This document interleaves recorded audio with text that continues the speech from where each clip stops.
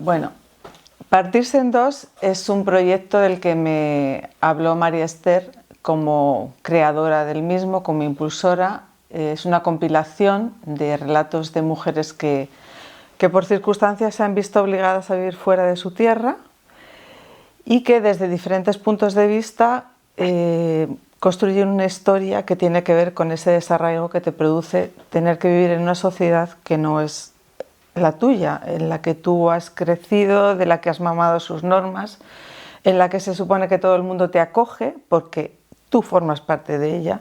Entonces, vivir en otro sitio significa reinventarse, ser madre en otro idioma, ir al médico en otro idioma, curar las fiebres de tus hijos en otro idioma, a veces con mucho miedo. Y todo eso nos llevó a 13 mujeres que habíamos pasado por esa experiencia a construir un relato desde diferentísimos puntos de vista.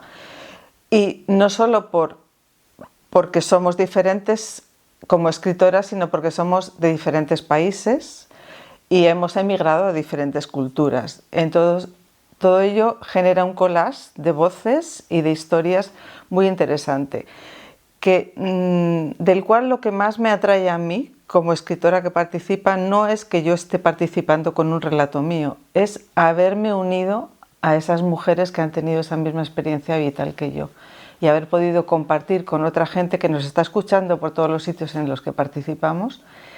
Nos escucha como con ansia por saber, voy a ver si ellos han pasado lo mismo que estoy pasando yo. O sea, se quieren ver reflejados en estas historias. Y es una forma de darles voz también a esas personas.